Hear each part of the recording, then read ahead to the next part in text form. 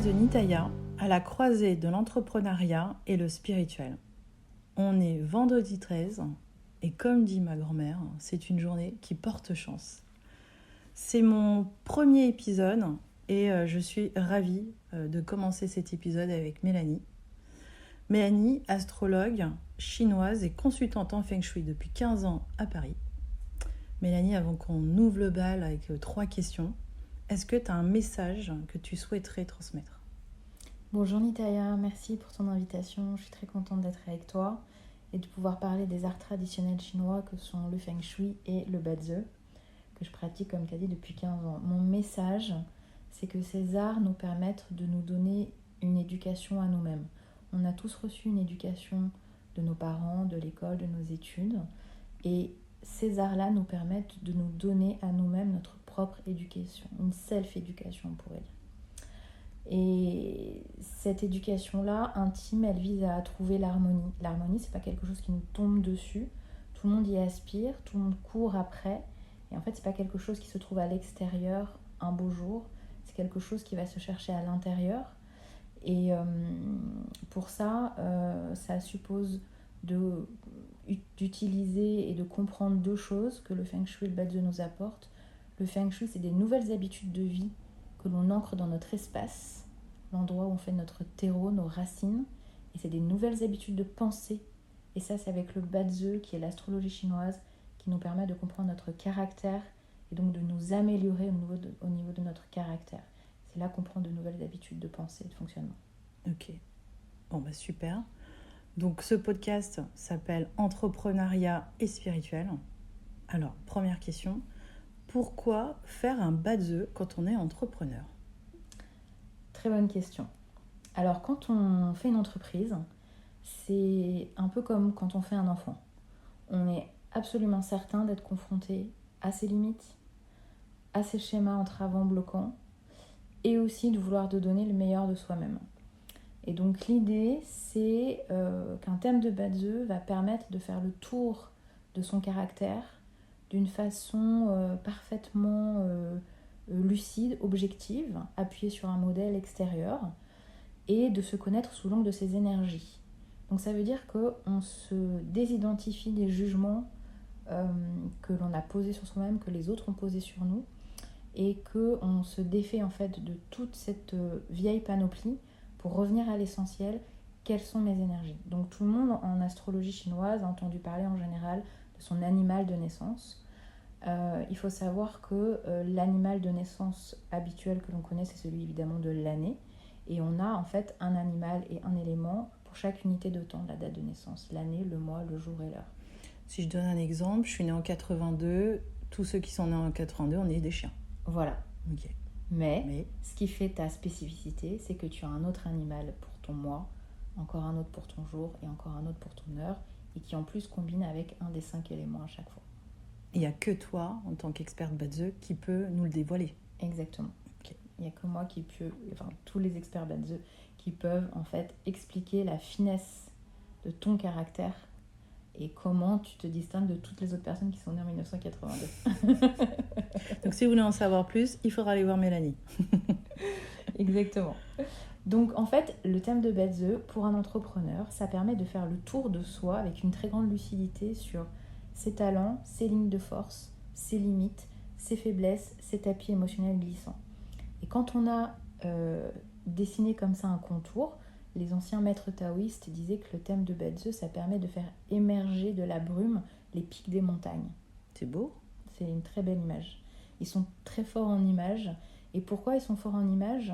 Parce qu'ils avaient la connaissance du fait que pour marquer les esprits et que les êtres humains puissent se servir des informations qu'on leur donne, c'est pas du texte qu'il faut, c'est des images. La métaphore. Exactement. Et c'est pour ça qu'on utilise les animaux du zodiaque. Alors ça a l'air comme ça pour les sceptiques, ça fait comme ça un peu folklorique et pas sérieux. Et en fait, c'est prodigieusement intelligent.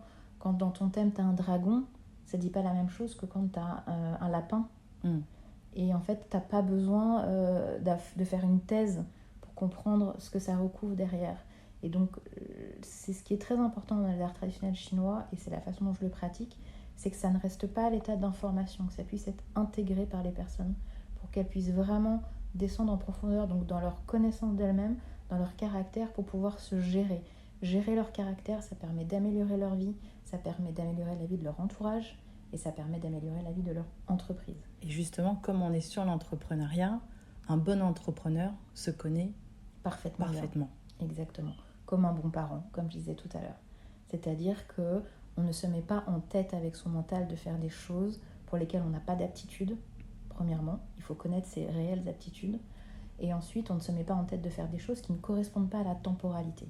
Et le Badze nous apporte ça aussi comme connaissance. C'est-à-dire qu'à la fois, on peut s'appuyer sur des talents en toute objectivité, éviter les trucs qu'on ne sait pas faire et comprendre la temporalité. C'est comme un agriculteur, il ne va pas semer ses graines un beau matin parce qu'il s'est dit « Ah, bah ma tête a décidé que ce matin j'avais du temps pour m'occuper de mes graines ». Non, il se cale sur la temporalité, sur la météo. Quel est le moment pour le faire? Et le Badze me donne ces deux indications, mes graines et la météo. Super. Là, on va voir aussi comment tu articules le Feng Shui et le Badze. Parce que comme je le disais tout à l'heure en intro, tu es aussi consultante en Feng Shui. Absolument. Alors le Feng Shui, c'est un art traditionnel chinois complémentaire avec le Badze. Et lui, il concerne l'espace. Le Badze, c'est le temps, c'est ce qui a trait au ciel. Et le Feng Shui, c'est l'espace qui a trait à la terre. Et donc le Feng Shui, on vient de parler des graines et de la météo. Le Feng Shui, c'est le terrain. Donc je vais aller planter mes graines dans un terrain fertile. Je crée mon terrain fertile déjà chez moi.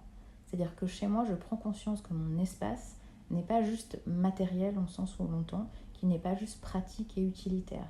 Je prends conscience qu'il est habité par une énergie et qu'en fait, rencontrer un lieu, c'est comme rencontrer quelqu'un. Toi et moi, ça fit.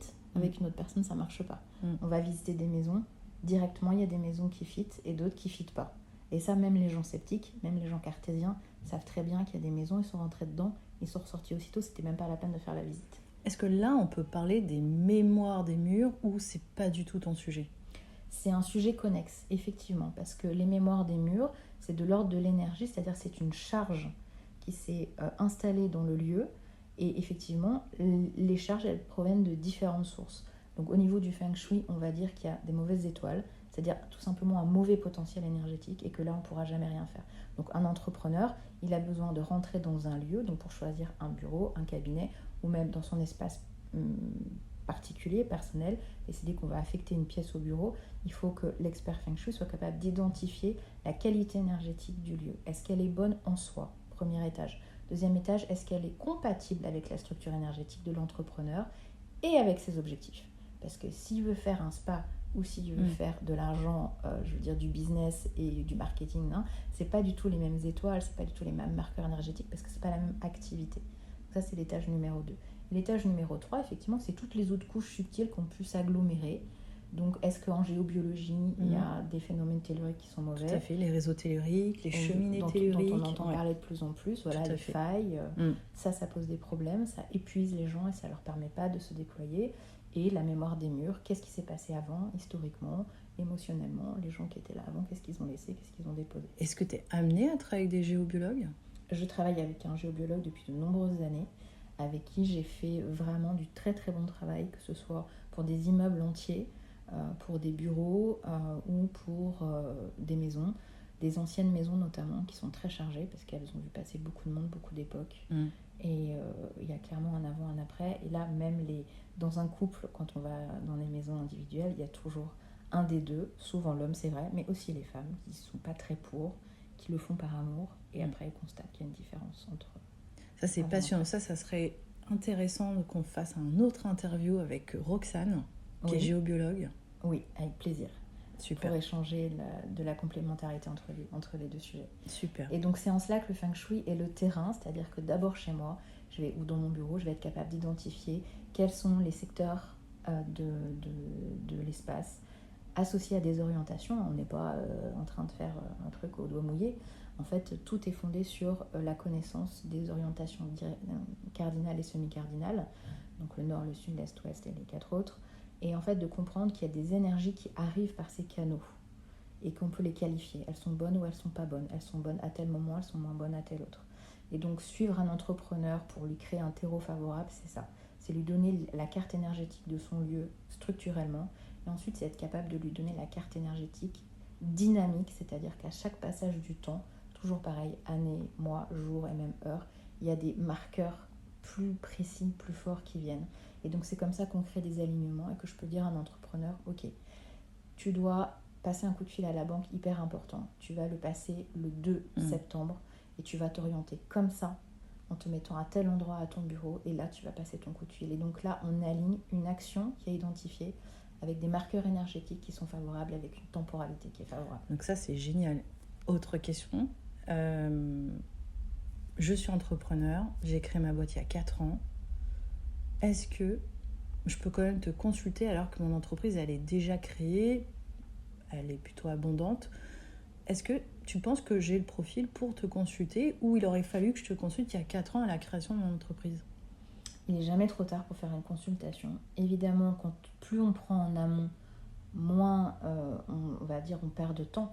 C'est-à-dire qu'on a tout de suite des informations qui sont quand même, comme on dit aux États-Unis, en Angleterre, un unfair advantage. C'est-à-dire que c'est des informations subtiles que personne ne connaît, auxquelles personne n'a accès. Et donc évidemment, quand on les prend au début, c'est clair que ça aide à asseoir l'entreprise, à lui faire un socle et à sécuriser l'entrepreneur parce qu'il sait qu'il n'y aura pas de coup d'épée dans l'eau. Il sait pourquoi chaque tâche est faite et à quel moment. Au bout de 4 ans, tu as l'information, comme les clients particuliers chez qui je vais, ils sont déjà installés. Mais en fait, ça vaut toujours le coup. Ça vaut le coup pourquoi ? Parce que d'abord, on a un diagnostic. Donc quand on a un diagnostic, on est là, mais c'est pour ça que j'arrive à faire ça, mais que j'arrive pas à faire ça. Donc déjà, on se détend, on se déculpabilise et on comprend que oui, beaucoup de choses reposent sur nous, mais pas tout. Et c'est aussi déculpabilisant ça. Et ensuite, on ajuste en fait. De quoi tu as besoin, ton entreprise. Donc il n'est jamais trop tard. Il n'est jamais trop tard. Donc si on te consulte, ça peut être très bien. J'ai un flop, j'ai une descente commerciale, parce qu'on va vraiment parler d'entrepreneuriat, j'ai une croissance commerciale qui diminue, j'ai pas de raison rationnelle. Là, je peux avoir une explication grâce au Badze, voir le Feng Shui. Si j'ai ouvert un nouvel établissement, j'ai changé de bureau, voilà, il peut avoir des explications dites subtiles. Absolument. C'est-à-dire qu'en termes de Badze, pour faire très court sur l'astrologie, on est peut-être entré dans une période où il y a un alignement vraiment très mauvais qui vient fracasser tous les potentiels. Et ça, c'est pas agréable. Mais quand on le sait, on peut prendre appui dessus et mettre son énergie ailleurs, autrement. Parce qu'on a l'information, on peut prendre appui. Et au niveau du Feng Shui, oui, est-ce que c'est un moment où on a changé d'année et là, pareil, il y a un alignement énergétique qui est pas bon, il suffit de se décaler parfois. C'est juste se décaler d'1 mètre. Et ça change tout. Et ça peut tout changer. Donc, quand il y a un problème nouveau qui a l'air de ne pas avoir qui a l'air d'avoir un rapport avec rien, il faut aller chercher dans le subtil et dans l'invisible. Ok, bon bah super. Est-ce que tu veux ajouter d'autres éléments concernant le Feng Shui et le Badze ? Non, simplement juste donner la conscience qu'un entrepreneur, il a 2 objectifs. D'abord, c'est canaliser son énergie en fait sur ce qui est important et ce qui est profitable. Et donc, le Badze et le Feng Shui répondent à ces 2 critères. Et trouver de la ressource perpétuelle, parce qu'un entrepreneur doit en permanence rebondir. Et en fait, aller chercher dans l'invisible des nouvelles infos qui changent en fait avec le temps, tout le temps dans la dynamique du temps, c'est aussi être agile, c'est comprendre que ce qui est vrai à un moment ne l'est plus le lendemain. Et ça peut paraître au début stressant, parce qu'on se dit oui, je peux me faire rien, ça change tout le temps. Mais en fait, c'est une habitude de vie, une conscience en fait du fait que c'est le propre du flow et du courant de vie, que ça change tout le temps. Et constamment dans le mouvement. Et constamment dans le mouvement. Donc autant avoir les infos pour suivre le mouvement. Super. Dernière question. On sait qu'il y a des sceptiques. Tu as des clients sceptiques. On va sûrement avoir des auditeurs sceptiques. Qu'est-ce que tu dis à tes clients sceptiques ? Comment tu leur expliques de faire appel à cette dimension énergétique ? Comment tu arrives à les convaincre ? Alors, d'abord, j'ai une carte. C'est que j'ai un passé et que dans le passé, j'ai fait des études de droit jusqu'en DESS et que j'ai travaillé dans l'immobilier, dans la promotion immobilière. Donc, 2 activités extrêmement rationnelles, pragmatiques et tout ce qu'on veut. Donc, j'ai pu travailler avec des grands patrons d'entreprise, que ce soit des grands patrons hôteliers ou des grands patrons de la promotion immobilière, des architectes. Et parce que j'ai une approche très concrète et pragmatique et efficace. Ce que tout le monde peut entendre, c'est ce que je te disais tout à l'heure déjà, c'est je rentre quelque part, j'aime ou j'aime pas, je me sens bien, je me sens pas bien. Tout le monde en a fait l'expérience. Je vais au restaurant avec mon amoureux, mon amoureuse. Je n'ai pas envie d'être près des toilettes avec la porte dans le dos, la porte qui tape, etc. Donc cet exemple aussi simple, on peut le décliner sur toutes les dimensions. Tout à fait. Donc ça, c'est la première chose pour les sceptiques. En fait, si on regarde de près, c'est tout à fait entendable. Ensuite, ce qui est également une information claire, en tout cas pour les gens qui ont de la hauteur de vision, c'est que tout ce qui advient dans le monde visible, c'est forcément tramé dans l'invisible. C'est tramé dans l'invisible d'un cerveau, c'est tramé dans l'invisible d'un cœur, c'est tramé donc dans des énergies intérieures déjà de quelqu'un. Et donc en fait, la vision taoïste de l'ordre du monde, c'est que tout est interconnecté et que tout fonctionne de la même façon. Et donc on peut commencer par regarder ce qui se passe dans la nature. Dans la nature, avant qu'un arbre pousse, il y a une graine qui est sous terre, elle est dans l'invisible. Et à un moment donné, elle traverse la croûte et elle sort de l'autre côté. Mais dans l'invisible, il s'est tramé quelque chose, avec des règles à respecter, comme je disais tout à l'heure, de météo, de temporalité, de la bonne graine dans le bon terrain. Donc, en fait, c'est simplement comprendre que ces arts traditionnels chinois qui existent quand même depuis plus de 4000 ans, qui sont encore pratiqués aujourd'hui, qui sont au service des plus grands businessmen et des plus grandes richesses du monde. On précise, à Singapour, à Hong Kong, en Asie, c'est très répandu. C'est normal et c'est vraiment l'apanage des grosses fortunes. En fait, ils font appel au Feng Shui, au Bazi, au Yiking, au Chimen. Donc, il y a vraiment toute une déclinaison pour justement aller capter, parce que ces gens-là savent que la trame du monde visible, elle se passe dans l'invisible. Et que simplement, il faut être capable, simplement entre guillemets, de décoder cette trame qui est fondée tout simplement sur quoi ? Sur le tissage entre l'espace et le temps. Et comment nous, l'être humain, on s'intègre dans cette trame espace-temps. Être au bon endroit, au bon moment, et y mener la bonne action. Et c'est pas forcément de la chance, on provoque cette chance quelque part. Absolument. Le terme chance, en fait, on appelle la chance ce qui est en fait une connaissance. C'est-à-dire que la chance, c'est comprendre quel est mon terrain, quel est mon talent, quel est le bon timing, et d'aligner tout ça. Donc effectivement, on utilise le mot chance, mais en fait, c'est de la conscience. C'est beau ça. Oh ouais, écoute, le mot de la fin, ce qui est sûr, c'est que quand tu veux faire une récolte abondante, tu as besoin de te connaître en profondeur, de connaître l'ordre des choses, d'avoir la capacité d'apprivoiser le chaos et de te créer des ressources perpétuelles pour faire avec le courant de la vie. Et les arts traditionnels chinois répondent à tout ça. Et j'ajouterais de ne pas avoir peur. Oui. Même si on est entrepreneur, même si on est dans un pays occidental, de s'entourer des bonnes personnes, des experts comme toi, et d'aller creuser ce qu'on ne voit pas avec les yeux, mais avec le cœur.